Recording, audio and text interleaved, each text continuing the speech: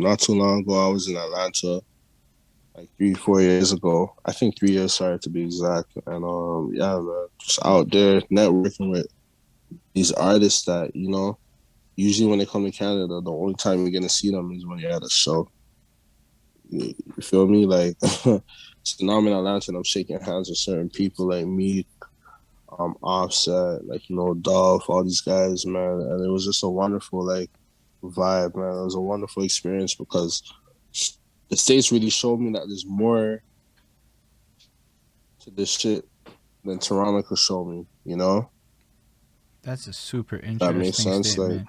Yo, I'm hearing what you're saying too, because I imagine that Montreal and Toronto aren't that different in the context you're describing here with what the states can show us. Because I met this dude in Brooklyn, Bronx. He's in Bronx. He'll fucking mm-hmm. kill me if I'm wrong. We started working together on some shit. So I've been working with this man. So he's like, bro, why are you so afraid of getting money and shit? And I'm like, what do you mean? And he's like, you're just being dumb. Look, money. And I'm like, his whole attitude, his whole perspective. And then you start realizing how, like, confidence really just creates opportunities in ways that you don't see. But that everything's an opportunity. Like, there's no, like, no. It's like, oh, that weird shit could make us money? Let's do the weird shit. Let's see if Mm-hmm. it works. Like, that whole attitude where you don't worry about it, you just do it, it was, like, fucking nifty to see in action. But I, Trust me, trust me, bro. Trust me. so, like, Also, like I had a mentor growing up as well, so that played a big part with in things like.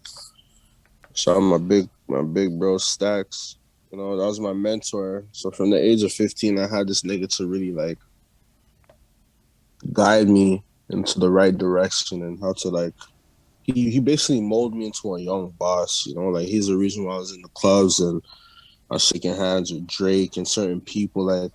You know, um, yeah, man, he played a big role in my life too because it just made me become a man.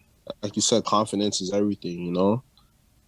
Um, Now when I enter the room, it's like I make a statement. Like my energy is so loud that I don't really have to speak. The vibe's just there. You know what I'm saying? Let the energy do it for me, type shit. mm. But if I want something, I'm gonna get it. Let's just put it that way, So, man. so you basically end up in all these different places. Are you like performing in Atlanta and Chicago and stuff, or is it more like you're there for other reasons? No, I was there for other reasons. In Atlanta, I didn't get to perform, but uh, we had my music in the strip clubs. I went there. I'm paying DJs, yo, spin this record, spin this record. The next 30 minutes, I'm in Magic, like they're playing my record, shit like that. Um, Yeah, that's the but thing. one cool thing is that I'm at. Yeah, people Pardon are me. just, people like just go into the club. I just never heard this before. People and you just pay the DJ and they'll spin your record, and then you can flex like that's my record. Money talks. Straight Wherever you go in up, life, money talks. they are not kidding when You they get what say I'm get your saying? money So up. no, not at all. But you do have to appreciate that as well. Because out here, I don't think it's gonna be that easy for you to just walk up to a DJ and be like, "Yo, play my record." Nah, I know a bunch of They're DJs gonna be now. like, "No, you're gonna fuck up. You're gonna fuck up my crate." Yeah, no, the DJs, like, I've talked to a few of them. They did not seem to have this very like, bro, you can just pay me to do a thing. Nobody seemed to be into that or nobody admitted it if it was a thing, which I Yeah, yeah, respect. yeah. But yeah, no, I never met a DJ, or they all like brag about how they don't do it on Facebook. Is basically my impression of Canadian versions of it, but I don't know. It's such a different system. I don't know how to make it all work up in Montreal.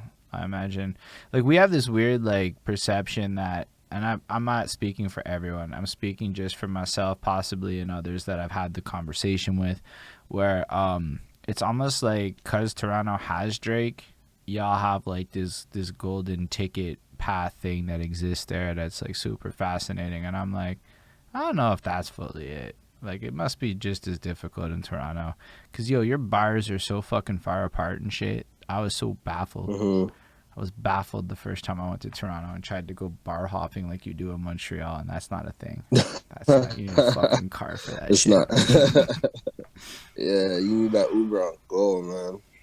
But Oh, yeah, but what is it like to be like a Toronto artist trying to like actually come up with your shit? Like, is there a scene? Is it thriving? Like in the let's say the non Drake tier, like to, the guy coming up with it.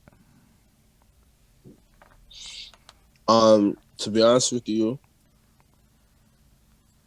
it's cool, but it kind of drains. I'm speaking for me because I don't know how everyone else feels, but it drains my like Toronto sometimes drains my fucking energy, bro. Because it's like there's like a toxic cloud out there right now, man. Where like no one wants to help each other like elevate. Try to bring each other down, type shit. Trying to be better than the next person. And I'm not even talking about lyric wise or music wise. Like niggas trying to start on niggas. Niggas, there's a whole lot of fake shit going on, a whole lot of hate and shit going on. So I don't really like pay attention to the Toronto music scene. I just do my thing. Cause yeah, bro, it's crazy out here right now. But besides that, man, you hear my music and you can tell I'm not really like one of these Toronto rappers, man. I don't sound like a Toronto nigga. I have no idea what a Toronto person sounds like. I'm like, if you were to And ask me to like then, identify the Toronto sound, I'd be like, I know there's the Drake lane.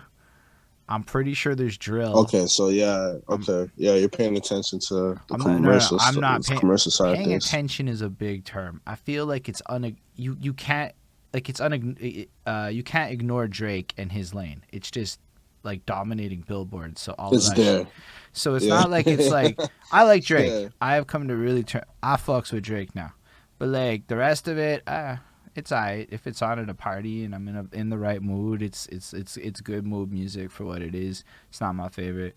Otherwise, I've done very little research into the Toronto scene because a lot of my music consumption is honestly related to who I talk to on these interviews lately. So the more I talk to Toronto, Mm-hmm. I'll hear more Toronto's underground. But I don't know that many people there. I've only been twice. Okay, okay, okay. So